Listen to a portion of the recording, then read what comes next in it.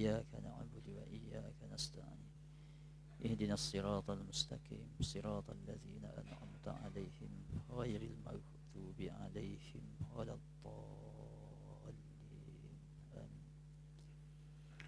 بسم الله والحمد لله نحمده ونستعينه ونستغفره ونعوذ بالله من شرور أنفسنا ومن سيئات أعمالنا من يهده الله فلا مضل له ومن يضلله فلا هادي له أشهد أن لا إله إلا الله وأشهد أن محمدا عبده ورسوله وأرسله بالهدى ودين الحق ليظهره على الدين كله ولو كره الكافرون.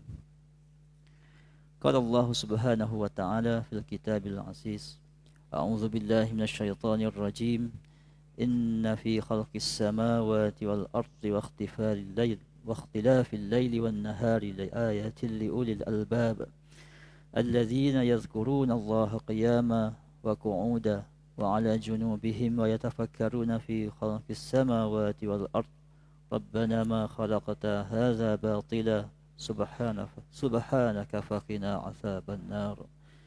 صدق الله العظيم. Assalamualaikum warahmatullahi ta'ala wabarakatuh. Tuan Imam, Tuan Bilal, Tuan Siak, Barisan Jawatan Kuasa Masjid At-Taqwa, sidang muslimin dan muslimat dirahmati Allah Subhanahu wa ta'ala. Syukur kita kepada Allah Subhanahu wa ta'ala dapat kita bertemu kembali pada malam ini menyambung bab yang seterusnya dalam kitab Ibadur Rahman, dalam suasana yang tenang, yang sejuk-sejuk ni. Orang pun sejuk hari ni nampak 2-3 sah dia cuti sekolah. Ramai dekat Thailand ni katanya. Tuan-tuan rahmati Allah Subhanahu wa ta'ala, kita telah pun berada di penghujung tahun 2023. Pejam celik dah habis dah setahun. Semoga tahun yang mendatang akan membawa kebaikan kepada kita insya-Allah. Dan Allah ampunkan segala dosa-dosa kita sepanjang tahun 2023 ini, dan Allah menjauhkan kita daripada melakukan dosa pada tahun yang mendatang insya-Allah. Tuan-tuan rahmati Allah Subhanahu wa ta'ala, baru semalam 25 hari bulan bila? Semalam ke hari ni? Semalam kita menyambut cuti. Tapi harap-harap sambut cuti lah, bukan sambut Christmas, tuan-tuan. Sebab saya risau bila tengok kepada perkembangan sehari dua ini. Kalau kita lihat dalam media sosial pun kita nampak macam-macam diceritakan tentang keharmonian kaum masyarakat majmuk di Malaysia, sampai ada yang menyambut Christmas pun nyanyi sama-sama. Risau tu ada lah, walaupun kita rasa baguslah dari segi bermasyarakat tu nampak macam bagus lah. Tapi kita kena ingat dalam kehidupan kita ini ada benda yang kita boleh buat dan ada benda yang Islam minta kita berjaga-jaga daripada kita terjerumus lebih jauh. Tuan-tuan rahmati Allah Subhanahu wa ta'ala, saya nak petik satu hadis daripada baginda Nabi sallallahu alaihi wasallam. An Abi Waqid Al-Laythi anna Rasulullah sallallahu alaihi wasallam لما خرج إلى خبير مر بشجرة للمشركين يقال لها ذات أنواط يعلقون عليها أسلحتهم فقالوا يا رسول الله اجعل لنا ذات أنواط كما لهم ذات أنواط فقال النبي صلى الله عليه وسلم سبحان الله هذا كما قال قوم موسى اجعل لنا إلها كما لهم آلهة والذي نفسي بيده لتركبن سنة من كان قبلكم. صدق Rasulullah sallallahu alaihi wasallam. Daripada Abi Waqid Al-Laythi, bahawasanya Rasulullah sallallahu alaihi wasallam bersama dengan para sahabat ketika bergerak membawa angkatan perangnya dalam Ghazwah Hunain, dalam perang Hunain, dia melalui satu tempat. Bila sampai satu tempat itu, marra bisyajaratil lil musyrikin. Dia melalui satu kawasan tu, dia ada pohon besar. Pohon besar yang mana kaum musyrikin menggunakan pohon itu untuk menggantungkan senjata mereka. Maka para sahabat berkata, faqalu ya Rasulullah, wahai Rasulullah, dia kata, ij'al lana zata anwatin kama lahum zatu anwat. Kau datangkan kepada aku, boleh tak? Kata, jadikan kepada kami, bawakan kepada kami pokok yang macam tu, jadikan macam tu, supaya macam yang kita nampak ni. Zatu anwat ini adalah pokok besar yang mana kaum musyrikin menjadikan tempat untuk mereka menggantungkan senjata-senjata. Senjata-senjata mereka pada pokok tersebut. Pokok besar lah. Sahabat kata, kalau ada pokok macam ni, okey, cantik ni, kita boleh bawa lah kat sini juga sama. Kita boleh buat benda yang sama lah. Lebih kurang gitu lah. Baginda Nabi kata apa? Faqal. Dia kata, subhanallah. Subhanallah. Dia sebut subhanallah ini seperti mana yang kita tahu, ada benda yang kita minta agar dibersihkan Allah Subhanahu Wa Taala daripada dikaitkan daripada keburukan dan kecelaan satu perkara. Kalau kita sebut masya-Allah, kita kata syabas. Mana katakan nampak muka anak cantik, kita sebut masya-Allah.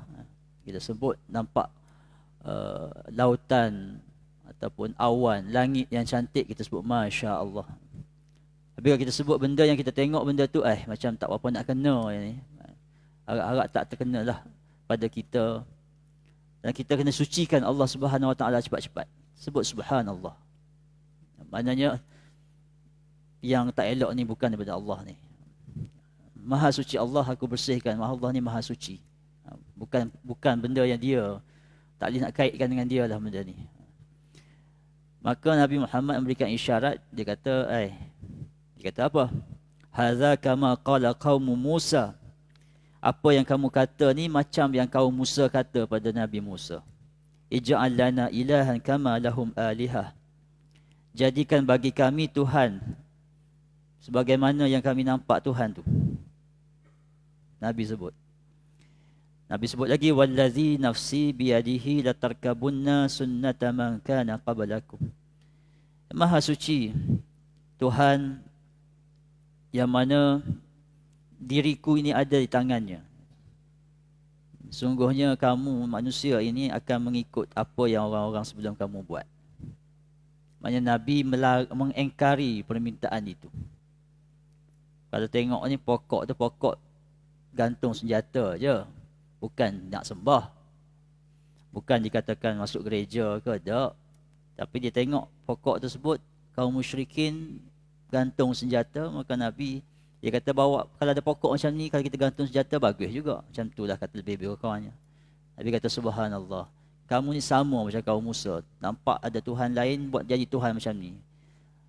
Seolah-olah besar kesalahan yang para sahabat kata para sahabat pokok tu aja. Bukan hak katakan pokok tu jadi syirik pun. Tapi Nabi sebut dekat situ, Nabi memperingatkan bahawa kamu ni akan ikut benda yang orang buat. Kami Nabi nak elakkan daripada apa? Nak mengelakkan daripada menyerupai, menghampiri, meniru perbuatan kaum musyrikin. Walaupun tidaklah seberat menyembah berhala pun, walaupun tidaklah terlibat dalam ritual ibadah mereka pun, tapi Nabi larang. Sebab Nabi nampak bila kita mula ikut taklid buta dan kita tak tahu apa sebab kita nak ikut pun, kita pergi ikut, lama-lama kita mungkin akan terjerumus lebih jauh dan lebih jauh. Begitulah asal-asalnya kita ini. Muda-muda kita kata sambut raya, sambut cuti sama-sama, lepas tu jadi sambut raya sama-sama. Lepas sambut raya sama-sama, join acara raya sama-sama. Lepas tu tahun depannya pula menyanyi sama-sama. Tahun seterusnya nak buat apa sama-sama lagi. Jadi kenapa kita nak nak meraihkan jauh sangat. Bukan tak bagi. Kita meraihkan, tapi meraihkan ni dia mesti ada had dia lah. Kita kata apa, kita selawat pada Nabi, kita puji Nabi kita pada Maulidur Rasul, mereka tak join pun selawat dengan kita. Kita kena ingat, mana ada batasan dia. Kalau kita ramai-ramai berkumpul baca khutbah, mereka tak datang pun dengan kita. Kenapa kita pula yang lebih-lebih nak ikut apa yang mereka buat? Jadi kita ada izzah kita tersendiri. Jadi kita menghormati satu bab, tetapi menjaga keagungan Islam yang merupakan agama yang paling tinggi, tidak ada agama lain yang melebihi daripadanya, itu suatu kewajipan kita. Jangan lama-lama orang nampak sama je lah, orang Islam boleh join semua benda. Tapi mereka tak join pun yang kita buat. Malah kalau kita sembelih lembu, mereka marah, kan? Zalim, kejam, kan? Kita rotan anak sebab tak sembahyang, mereka marah. Yang kita buat mereka marah, yang mereka buat kita raih. Jadi letakkan had-had lah. Tapi kalau sampai nak menyanyi sama-sama, tak seronok lah tengok. Jadi anak-anak kita yang kemudian ni kena tengok jugalah. Kadang-kadang kerana meraihkan kepelbagaian, dan akhirnya kita melarutkan izzah Islam kita. Dan ini jelas merupakan perayaan agama. Kalau tahun baru Cina mungkin ada alasan lah, kan? Nak kata tahun baru Cina, dia orang nak buat apa, nak makan, nak apa. Apalah, tak apalah, itu pak bangsa, ada alasan selapis lagi. Tapi kalau Kristian dah namanya Christmas, kan? Jauh sangat lah kita nak raihkan sama-sama, kan? Lepas tu Deepavali pula, kan? Lepas tu Thaipusam pula. Dan segala raya Wesak pula lah, semua nak beraya sama-sama. Jadi banyak raya lah kita. Sedangkan raya ini adalah ibadah kepada kita. Raya korban, raya fitrah ni adalah ibadah kepada kita. Raya orang lain, ibadah mereka. Ibadah kita orang tak join, ibadah orang tak payah join lah. Jadi itu yang saya nak peringatkan. Dan jangan berbangga dengan kita melakukan perkara yang kita rasa macam bagus, tapi ada larangan. Nabi ni pada para sahabat, dia larang ni maknanya sahabatnya orang kuat dah. Orang kuat ni maknanya sanggup pergi perang sama. Tapi Nabi masih lagi tegur. Bila nak ikut tanpa tanya asal usul tu, Nabi kata, subhanallah, kamu ni sama yang tengok benda tu nak buat juga. Nabi larang. Larangan ini memberikan kepada kita kewaspadaan. Dalam kita bertoleransi, masih ada agama yang membimbing kita. Tuan-tuan rahmati Allah Subhanahu Wa Taala, begitulah sedikit sebanyak. Sebab kita tak mahu nanti orang nampak semua sama. Orang nampak semua sama, semua agama sama baris, boleh berdiri sama, dan sama rendah boleh duduk sama tinggi. Tak nak bagi orang nampak macam tu belaka. Kena elak benda tu, tuan-tuan. Akhirnya kita dah confuse lah. Yang mana satu yang agama Islam, yang mana satu agama Tauhid, yang mana satu agama yang bercampur aduk, istilah pun bercampur aduk, huru-hara belaka. Jadi pluralism. Kita tak nak perkara itu jadi pada anak-anak cucu kita kemudian hari. Jadi baiklah orang-orang tua-tua dulu dilarang. Dia larang keras. Sebab dia nampak dah di hujung-hujung zaman ini orang akan semakin terbuka. Makin luas kita buka, makin banyak potensi mara bahaya datang pada agama kita. Itu sajalah pengenalan pada malam ini, supaya kita sama-sama dijauhi oleh Allah Subhanahu Wa Taala daripada tercebur dalam perkara-perkara yang boleh melarutkan keagungan agama kita, agama Islam yang paling tinggi dan tidak ada lebih tinggi daripadanya. Tuan-tuan rahmati Allah Subhanahu Wa Taala, dalam bab yang ke-11 pada malam ini kita akan berbicara berkaitan dengan ayat yang ke-73. A'udzu billahi minasyaitonir rajim. Walladzina idza dzukiru biayati rabbihim lam yakhirru 'alaiha summan wa umyana. Sadaqallahul azim. Surah Al-Furqan ayat 73. Antara mereka yang diredai oleh Allah Subhanahu wa taala adalah mereka yang apa dia? Walladzina idza dzukiru biayati rabbihim lam yakhirru 'alaiha summan wa umyana. Yang apabila mereka ini diberikan peringatan dengan ayat-ayat keterangan Tuhan, ayat-ayat keterangan Allah, tidaklah mereka tunduk mendengarnya secara orang yang pekak dan orang yang buta. Jadi Allah memperingatkan antara sifat ibadur Rahman ini adalah sekiranya kita diberikan ayat-ayat Allah Subhanahu wa taala, kita tidak mendengar ayat itu seperti orang yang pekak dan buta. Pelik kan ayat tu? Bila kita terima suatu ayat, tapi kita mendengar ayat tersebut seperti orang yang pekak dan buta. Maknanya yang kita baca, yang kita tahu, yang kita diberikan itu, kita macam tak dengar. Dan kita macam tak tengok. Orang ibadur Rahman, hamba Allah, ibadur Rahman ini, bila dengar, dia tak macam orang pekak dan orang buta. Dia dengar ayat Quran seperti mana orang yang ada telinga yang mendengar. Dia dengar ayat Quran seperti mana dia orang yang ada mata dan melihat. Dia tak, ni katakan dengar, tapi setakat dengar. Dia bukanlah orang yang pekak secara zahir, tak. Bukanlah buta secara zahir, tak. Dia dengar, tapi macam tak dengar. Orang kata mendengar, kalau komunikasi ni bila kita bercakap tak semestinya orang faham. Itu tandanya maklumat sampai tapi tak ada terjemahan. Jadi Al-Quran pun kadang-kadang macam tu juga. Kita baca tapi tidak ada terjemahan. Bukan terjemahan tafsir Ar-Rahman tu. Maknanya sekarang kita tidak memahami Al-Quran yang kita baca. Kita kata, Allah kata, dirikan solat. Itu baru komunikasi. Dirikan solat. Ialah dirikan solat. Tapi tak solat. Pekaklah tu. Dalam ayat ini. Dalam ayat ini maknanya, tunaikan zakat. Tapi tak bayar zakat. Pekaklah tu. Maknanya, dengar, tapi tak tahu apa maksud dia. Tak nak ambil tahu pasal maksud dia, tak nak lakukan maksud dia. Jadi berapa ramai orang yang baca Al-Quran tetapi tidak sampai mesej yang disampaikan. Dan mereka buta. Dikatakan neraka itu panas. Dia katakan siksa Allah Subhanahu Wa Taala itu sangat pedih. Tapi mereka tetap melakukan. Seolah-olah tidak ada gambaran di mata mereka apa yang dikatakan siksa neraka. Mereka buta. Jadi ibadur Rahman tidak begitu. Ibadur Rahman bila didengar, benda yang didengar dia masuk, dia faham. Dan dia laksanakan. Benda yang digambarkan oleh Allah Subhanahu Wa Taala bila dia tengok, dia nampak ini kuasa Allah Subhanahu Wa Taala. Seperti ayat yang awal yang saya bacakan tadi, macam mana Allah Subhanahu Wa Taala memberikan kepada kita tanda-tanda kekuasaannya. Apa dia tanda-tanda kekuasaan Allah Subhanahu Wa Taala? Allah ni menjadikan langit, menjadikan bumi, menjadikan berlakunya pertukaran siang dan malam, supaya kamu semua berfikir. Setiap satu apa yang ada berlaku di sekitaran kita ini, kita kena fikir. Dan kita terus kaitkan kepada Allah Subhanahu Wa Taala, kebesaran Allah Subhanahu Wa Taala. Mudah cerita, kalau kita tengok manusia, kalau nak makan kena ada mulut, lepas tu kena ada apa lagi? Kena ada trakea buat masuk makanan, kemudian kena ada usus kecil nak proses, kena ada usus besar pula nak kumpulkan, kena ada salur perkumuhan nak keluarkan.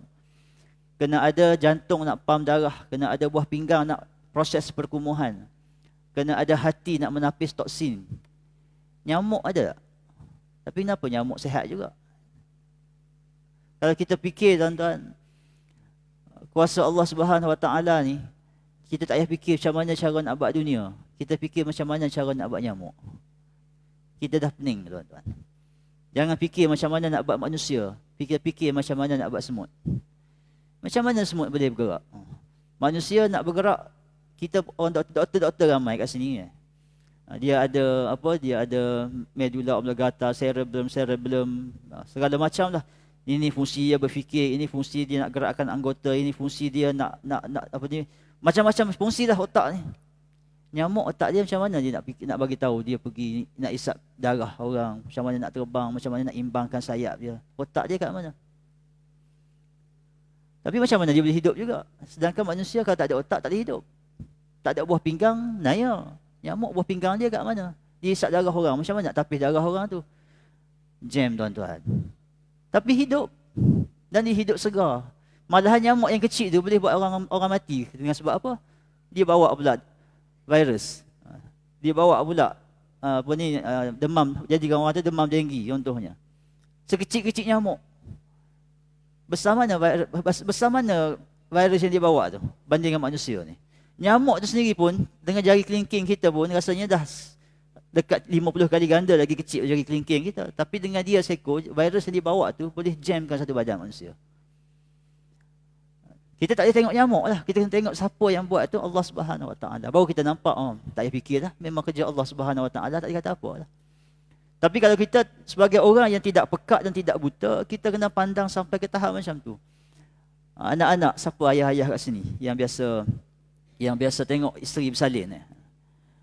Saya awal-awal yang pertama kali yang tengok isteri bersalin, boleh dia bagi meneman, 6 orang saya teman lah isteri bersalin.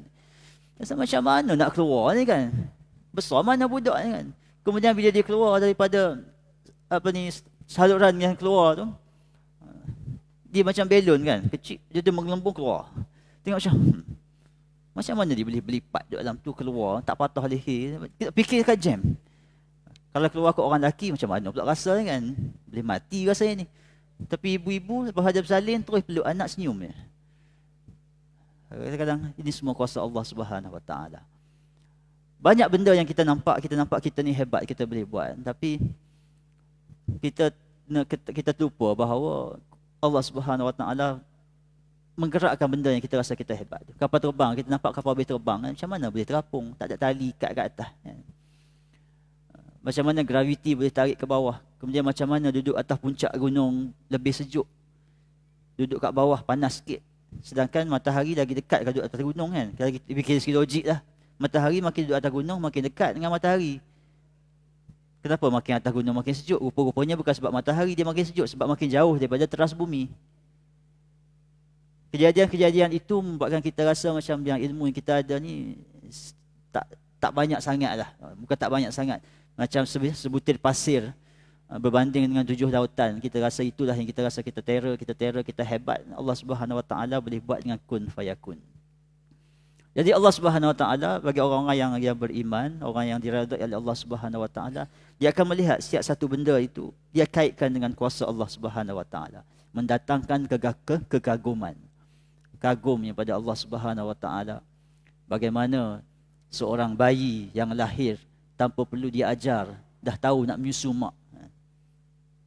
Ibu-ibu dia ada kelas untuk cara menyusukan bayi kan, ibu ada. Anak-anak bayi dalam perut ada tak kelas menyusu daripada ibu? Tak ada. Tapi bila lahir dia tahu dia menyusu. Bila sakit, budak-budak ni sekolah mana yang ajar baby? Kalau sakit menangis. Tapi bila lahir dia tahu dia menangis. Macam mana cara menangis, macam mana cara berhenti. Kalau lapar, macam mana cara nak bagi signal. Ada kelas? Tak ada. Bila dia lapar, dia menangis. Tak perlu diajar-ajar. Semua ini datang daripada mana? Pencipta tu. Kalau kita nampak kebesaran Allah Subhanahu Wa Taala menjadikan perkara ini, kita rasa kita ni kerdil sangatlah. Sebagaimana sekarang ni virus yang sedang melanda, kita pernah sebut tempoh hari kan. Kita rasa kita hebat, tapi dengan virus yang kita tak nampak dengan biji mata pun membuatkan satu dunia panik kan. Sedangkan kita ni orang hebat, boleh ada senjata nuklear. Tapi bila datang virus, tokel senjata nuklear sendiri pun kena shutdown, kena lockdown. Ini semua benda-benda yang Allah Subhanahu Wa Taala memberikan kepada kita amaran. Jangan action sangatlah. Kalau aku bagi sikit pun apa tak boleh nak tanggung dah. Kan? Kita hebat bercakap, kita hebat berceramah. Kita orang kuat berjalan pi sana pi sini, kena sakit gigi sebatang cukup lah. Jam habis. Tak boleh bangun tuan-tuan, pening kepala, marah, isteri ajak makan pun marah. Gigi sebatang baru sakit. Ataupun mungkin hujung lidah tu pecah sikit saja. Sedangkan tubuh kita ni besar. Kenapa benda yang kecil ni buatkan kita jam habis, tak boleh mikir dah. Semua ini balik kepada bila Allah Subhanahu Wa Taala menghendaki sesuatu, maka ia akan jadi. Bukan kerana kita hebat mana pun. Yang kita hebat ni semua kerja Allah Subhanahu Wa Taala. Maka inilah yang dikatakan bila kita baca ayat-ayat Al-Quran ini, kita kena jadi orang yang berfikir. Kalau kita tak berfikir, maka kita tak akan kaitkan dengan kebesaran Allah Subhanahu Wa Taala. Bila kita tak kaitkan, kita akan sentiasa rasa kita yang hebat. Kita yang semua kita terror belaka lah. Sedangkan kita lupa siapa di sebaliknya. Tuan-tuan rahmati Allah Subhanahu Wa Taala. Maka yang pertama sekali suruhan yang diberikan kepada kita ialah banyakkan oleh kita membaca Al-Quran. Antara suruhan baca Al-Quran ini Allah Subhanahu Wa Taala surah Al-Fatir berfirman, innal ladzina yatluna kitab Allahi wa aqamus salah wa anfaqu mimma razaqnahum sirran wa alaniyatan yarjuna tijaratan la tabur. Sadaqallahul azim. Sesungguhnya orang yang selalu membaca kitab Allah Subhanahu Wa Taala, orang yang selalu mendirikan solat, orang yang selalu menginfakkan harta dia daripada apa yang kami kurniakan secara sembunyi atau terbuka, dan mengharapkan daripada amalan mereka ini diganjari Allah Subhanahu Wa Taala, maka mereka ini adalah melakukan sejenis perniagaan yang tak akan mengalami kerugian. Kalau kita nak untung, tijaratan lan tabur, sedekah. Satu, dirikan solat. Dua, yang ketiga baca Quran. Allah sebut kat sini keurutan baca Quran, kemudian dirikan solat, kemudian sedekah daripada apa yang kami bagi kepada kamu. Orang-orang ini lah mereka yang kata orang kata apa, kalau berniaga takkan rugi. Al-Quran kita baca, ni kita berniaga lah tuan-tuan. Berniaga apa? Kita jual masa kita. Kita beli pahala dia. Masa kita ini, nak baca Quran ni, kita mesti kena peruntukkan masa. Kita tak boleh tunggu masa lapang baru baca Quran. Kita kena lapangkan masa untuk baca Quran. Dia lain ayat je kan. Tunggu masa free baru baca Quran dengan freekan masa untuk baca Quran. Kalau kita tunggu masa lapang baru baca Quran, memang susah nak dapat free. Sebab setiap masa kita mesti ada benda kita nak buat. Paling tidak pun kita nak berehat. Nak berehat pun masa kita juga kan. Tapi kena freekan masa rehat tersebut, tukar dengan baca Quran. Tengah baca Quran, kita anggaplah itu semua adalah belian kita. Apa barang yang kita beli? Syurga Allah Subhanahu Wa Taala. Kita nak beli mata wang akhirat. Setiap bacaan kita itu dapat 10, satu huruf dapat pahalanya, 10 pahalanya. Kita baca satu ayat, baca satu muka surat, baca 2 muka surat, semua itu untuk dapat mata wang akhirat. Maka jual beli ini pasti tidak akan rugi. Kalau kita mula rasa liat baca Quran, untuk apa? Kita gantikan masa kita untuk apa? Tengok TV, tidur, berjalan. Memang susah nak cari masa. Kita kena juga berniaga. Kena jual masa itu. Untuk beli Al-Quran itu dapat pahala Allah Subhanahu Wa Taala. Solat juga satu urusan jual beli untuk mendapatkan mata wang akhirat yang pastinya tidak akan rugi. Kerana apa? Solat ini kalau hari hisab itu yang pertama ditanya. Tak lepas solat, tak lepas benda lain. Bila kita solat, banyak benda kita untung. Kalau kita nak pergi supermarket, nak beli barang banyak, pintu dia tak buka. Macam mana nak beli barang? Solat ni dia buka kepada pintu lain. Di hari akhirat kelak sebelum kita berganjak ni, disanya pasal solat tu.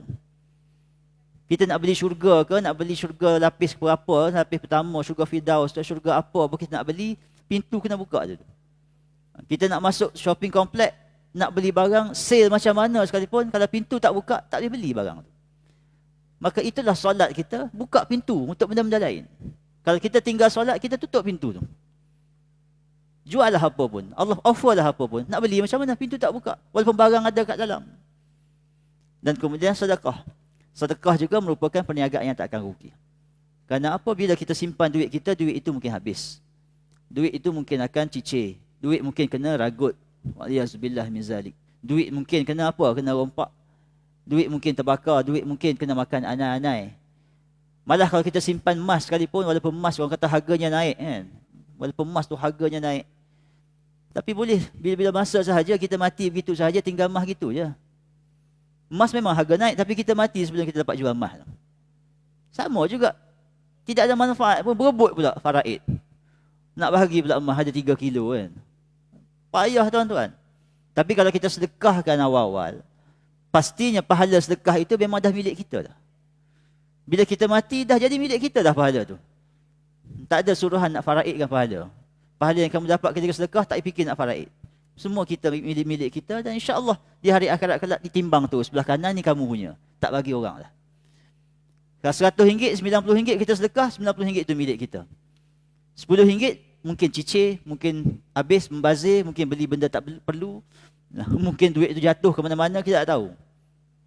Jadi ingatlah, baca Quran, solat, sedekah ini merupakan urusan kita dengan Allah Subhanahu Wa Taala yang pastinya tidak akan ada rugi. Dengan syarat kita ikhlas lillahi ta'ala. Jangan pula kita berbelanja, kita bersolat, kita bersedekah, tapi ada niat lain. Kerana apa? Timbangan tersebut tak kira rugilah tuan-tuan. Malahan siap-siap dapat dosa kerana riak dan takabur. Allah Subhanahu Wa Taala pesan pada kita, bacalah Quran. Bacalah Quran dengan cara membaca ibadur Rahman, yakni tidak pekak dan tidak buta. Dan Quran ini kalau kita tengok, bila kita baca, kita hayatilah Quran ini cukup-cukup. Orang kata apa? Kalau kita tengok Quran ni, jangan kata kita faham maksud. Tak faham maksud pun kalau kita baca Al-Quran yang sedap bacaan dia. Kita boleh ketagih kalau kita baca. Alhamdulillahirabbil alamin, arrahmanir rahim, maliki yaumiddin, iyyaka na'budu wa iyyaka nasta'in. Kita nak buat pantun 4 rangkap susah tuan-tuan. Tapi Quran dia boleh buat berpuluh-puluh ayat dengan rima yang sama, kalau kita baca tu tenang. Tengok surah Yusuf, tuan-tuan. Tengok surah Maryam, tuan-tuan. Ayat-ayat dia macam mana? Tak payah pergi yang panjang-panjang lah. Baca yang pendek-pendek. Qul huwallahu ahad, Allahus samad, lam yalid wa lam yulad wa lam yakul lahu kufuwan ahad. Qul a'udzu birabbin nas, malikin nas, ilahin nas, min syarril waswasil khannas, allazi yuwaswisu fi sudurin nas, minal jinnati wan nas. Sedap tuan-tuan Quran ni. Bila sedap itu kita hayati, walaupun tak faham maksud kita hayati sedapnya ayat tu dah cukup lah. Alif lam ra tilka ayatul kitabil mubin inna anzalnahu qur'anan arabiyyan la'allakum ta'qilun nahnu naqussu 'alaika ahsanal qasasi bima auhayna ilaika hadzal qur'ana wa in kunta min qablihi laminal ghafilin. Di hujung betul apa tu, ra'aitahum lisajidin qala lil insani aduwwum mubin. Ayat sama inna rabbaka alimun hakim ayatul lisailin. Baca berapa puluh ayat. Kalau kita baca kita perasan, cantik ya Quran ni, ayat dia. Baca tu sedap. Yang mana ayat ini sendiri merupakan petanda bahawa Nabi Muhammad ini Rasul. Sebab apa? Masa Hudaibiyah, Nabi bila diminta oleh musyrikin untuk padamkan Rasulullah daripada Muhammad Rasulullah kepada Muhammad ibn Abdullah. Alhamdulillah. Sahabat kata orang musyrik minta sekian-sekian. Nabi kata, tak apalah, walaupun sahabat tak setuju. Tapi bila tengok macam tu, Nabi nak tukar tu, okey, tak apalah, orang semua marah, sahabat semua marah. Nabi kata, tak apalah, tukar, kita tukar. Bila tukar tersebut, Nabi tengok, kat mana tulis tu? Kat mana tulis Muhammad Rasulullah tu? Nabi suruh sahabat tunjuk tu, baru dia baiki. Dia potong. Maknanya, sampai ke saat itu, membuktikan Nabi ini ummi. Tidak boleh membaca, tidak boleh menulis. Tapi bagaimana seorang yang ummi boleh menghasilkan ayat Quran yang secantik ini? Ayat Quran itu sendiri mengesahkan kenabian Nabi. Walaupun orang tak faham lagi pun ayat ni maksudnya apa. Kalau kita orang Melayu yang baca, orang Arab dia faham dah. Orang Melayu yang baca, kalau kita baca, takkan orang buta huruf boleh buat ayat macam ni. Baca ayat Quran itu sendiri telah menambahkan iman kita bahawa Nabi itu, Muhammad itu Rasulullah. Belum kita menghayati maksud. Menghayati susunan itu sendiri, dah terbukti Nabi ini memang Rasul. Sebab apa? Orang macam dia, dengan keadaan ini yang Allah sebut ummi ini, tidak akan mampu menghasilkan secantik ini ayat. Maka mukjizat yang Allah turunkan untuk membuktikan kenabian Nabi ini bukan daripada maksud sahaja. Daripada susunan ayat itu sendiri dah terbukti Nabi itu Rasulullah. Bagi orang yang berfikir. Sebab tu kata bagi orang yang berfikir. Tapi kita sekarang untuk baca kan, kita tak kait pun. Baca. Tak rasa sedapnya baca, indahnya baca. Ketagihnya baca kan. Kalau kita baca novel kan, nak baca bab seterusnya. Kenapa Al-Quran tidak ketagihan sebegitu? Ibn Mubarak kata dia kalau baca Quran dia rasa ketagih. Bila berhenti tak dia nak berhenti. Dan ketagihan ini biasanya berlaku sekali-sekala buat kita, iaitu Ramadan. Perasan tak Ramadan? Ramadan kita baca Quran, kita rasa macam tak berhenti kan. Baca bila habis, sayang tambah sikit lagi. Tambah sikit lagi. Akhirnya khatam 30 juzuk dalam masa 15 hari. Ketagihan itu biar dipanjangkan sampai ke bulan Jamadil akhir pun. Biarlah dipanjangkan sampai ke Ramadan, daripada Ramadan Syawal pun biar ketagih tu sama. Baca rasa tak puas, nak baca lagi. Kerana Allah Subhanahu Wa Taala menyusun ayat Al-Quran ini bukan hanya pada maksudnya, pada susunan itu sendiri pun keindahan itu kalau kita fikir, kita dah rasa dah dapat hayati kebesaran Allah Subhanahu Wa Taala. Tuan-tuan rahmati Allah Subhanahu Wa Taala, dalam bab ini menceritakan selain daripada kita menghayati keindahan ayat Al-Quran, kita juga haruslah menjaga adab-adab kita di sekitar Al-Quran. Yang pertama, bacaan Al-Quran kita kenalah baca dengan bacaan yang tartil. Jangan kita ambil lewa dengan bacaan kita. Belajar tajwid wajib tak? Tak wajib. Belajar tajwid tak wajib. Kata wajib tak wajib. Baca Quran dengan bertajwid wajib. Macam mana nak baca Quran dengan bertajwid? Kena belajar tajwid. Wajib tak wajib? Tak wajib. Wuduk wajib tak? Wuduk tak wajib. Nak semayang wajib wuduk? Wajib. Wuduk wajib tak? Itulah macam itulah Quran dengan belajar tajwid tu. Orang kata susahlah baca tajwid ni, payahlah. Ma'arif, Sukur, Mutamasilai, Mutajanisain, apa ni, izhar halqi, ikhfa hakiki, pening nak baca tak apalah. Kalau tak hafal nama tajwid tu tak apa, tapi penting sampai baca betul. Tapi macam mana nak baca betul kalau tak tahu tempat tu apa dia kan. Kadang-kadang orang-orang lama dia ada kaedah dia tersendiri, dia buat hafalan lah, hapus semua kan. Tak apa, terpulang kaedah macam mana. Yang penting bukan kita hafal nama jalan.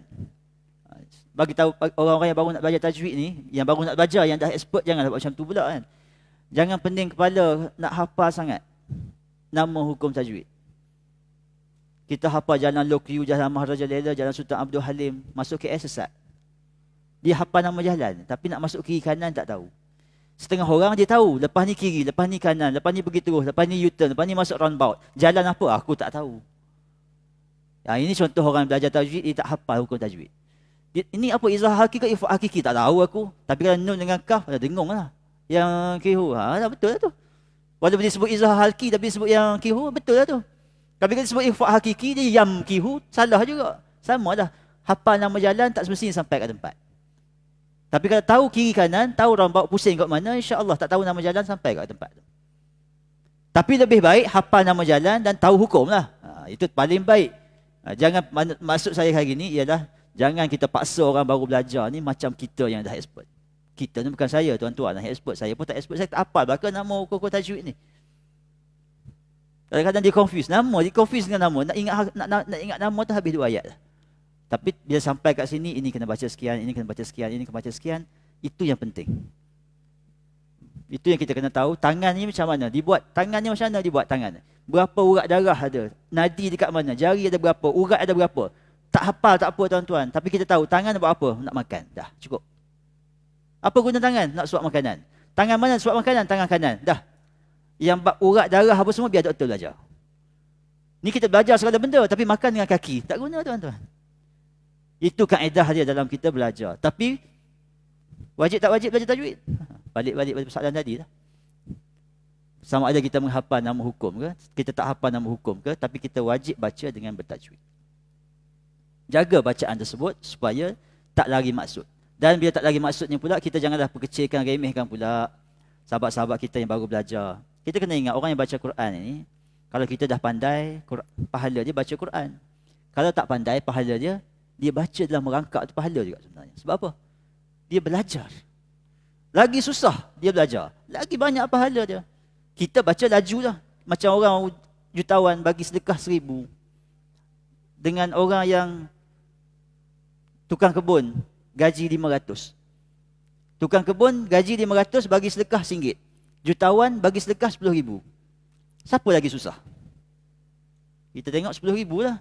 Tak. 10,000 berapa persen daripada sejuta? RM1 berapa persen daripada 800? Silap-silap kalau dia lebih ikhlas, Allah bagi pahala lebih pada tukang kebun tu. Sebab apa? Susahnya nak keluarkan RM1 daripada 800. Begitu juga orang baca Quran. Orang yang baca lancar, pahala dia. Tapi orang yang sedang belajar, dia merangkak-rangkak. Adik-adik sekalian, makcik-makcik, mak-mak, atuk-atuk sekalian. Kalau baru nak belajar Iqra' pada masa ini, jangan malu. Kenapa? Pahala tu banyak bagi orang yang belajar. Ini kita malu. Oh, apa baca merangkak-rangkak ni. Merangkak dia tu dengan kita yang lancar tak baca Quran, baik orang merangkak. Itu kena ingat. Kadang-kadang dia lancar, memang baca lancar sungguh kan. Tapi tak nak baca. Yang merangkaknya yang baca. An-Nas, Al-Ikhlas. Tak apalah tuan-tuan. Setiap orang ini diberikan kemampuan seadanya. Maka kita usaha dengan kadar kemampuan kita yang ada.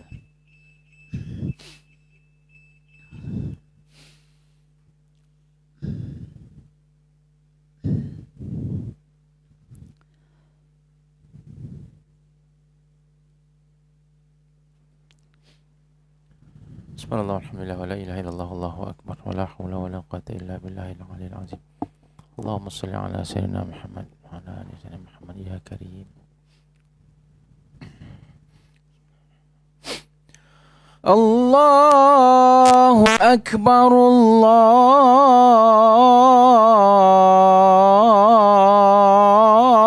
akbar.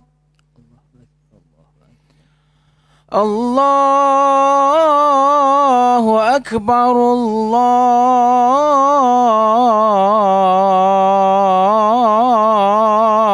akbar.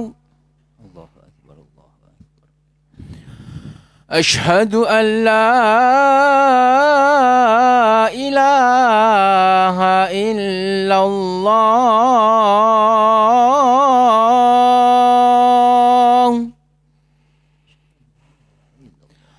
أشهد أن لا إله إلا الله.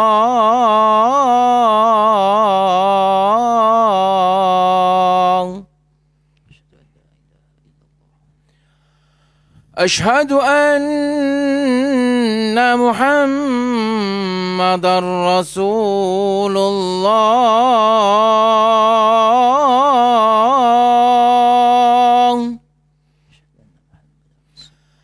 أشهد أن محمدًا رسول الله.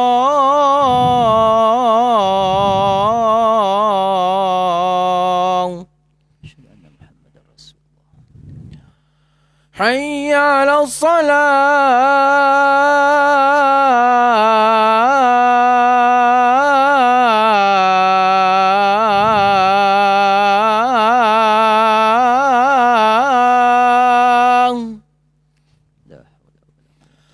حي على الصلاة.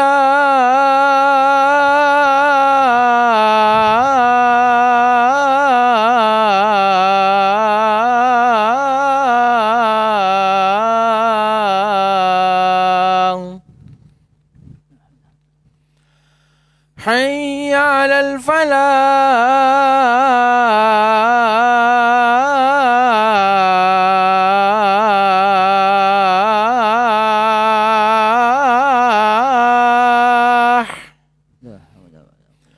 حي على الفلاح.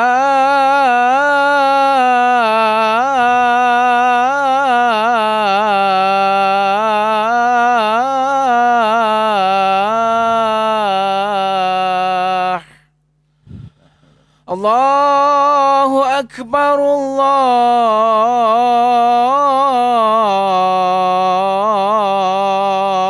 الله أكبر. الله لا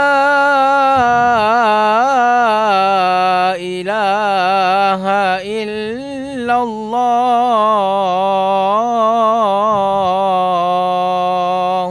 لا إله إلا الله. اللهم صل على سيدنا محمد وعلى آل سيدنا محمد. اللهم رب هذه الدعوة التامة الصلاة وبعث وقام والشرف والجلال.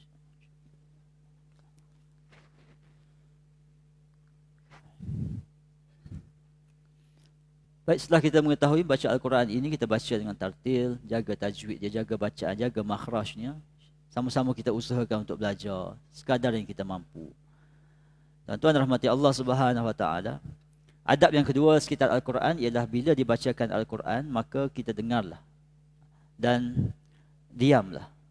Dengan sebulat-bulat diam ini supaya kita beroleh rahmat. Allah Subhanahu Wa Taala berfirman, wa idza quri'al Quran fastami'u lahu wa ansitu la'allakum turhamun. Jadi kita kena ingat bila Quran dibacakan kita kena diam.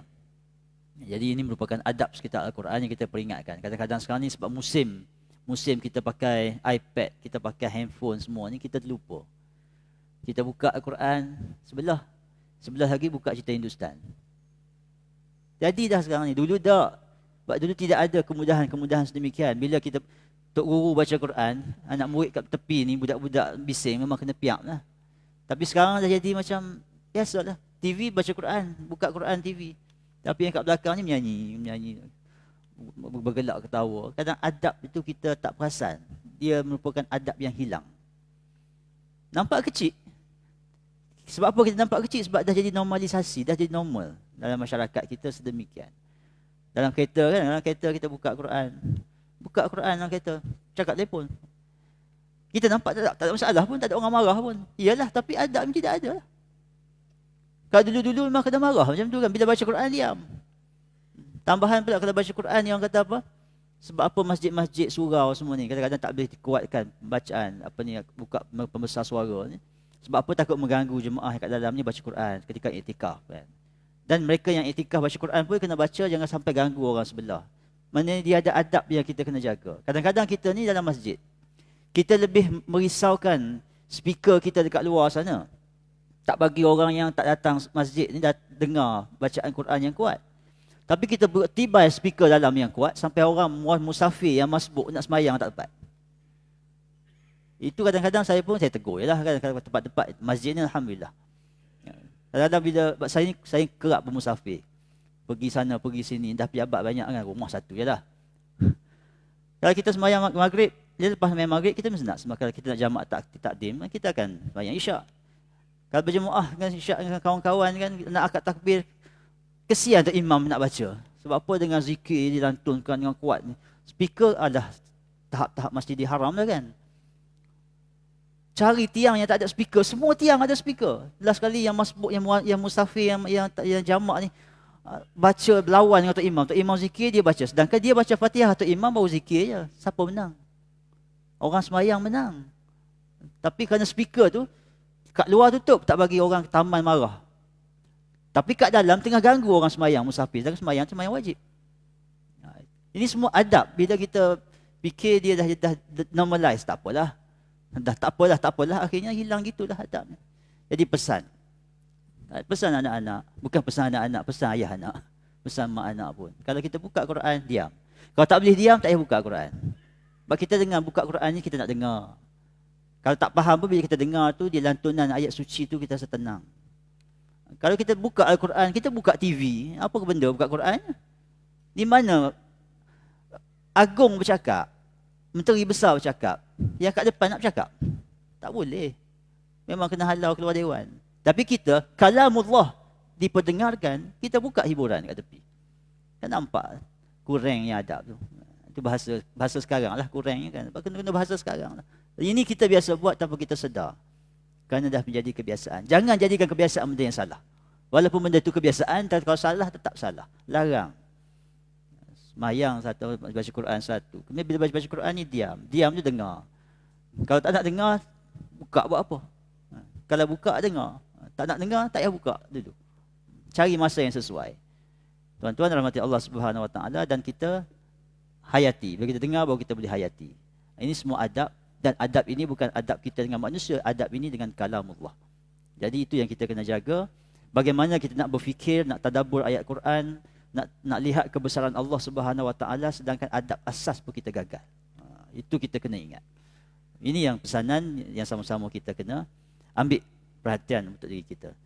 Dan akhir sekali untuk hari ini, tuan-tuan rahmati Allah Subhanahu Wa Taala, bila kita baca Al-Quran, kita kena yakin bahawa yang pertama ia adalah kalamullah, yang kedua, bila kata kalamullah ini kita mesti nak tak nak kita mesti terasa bila kita baca.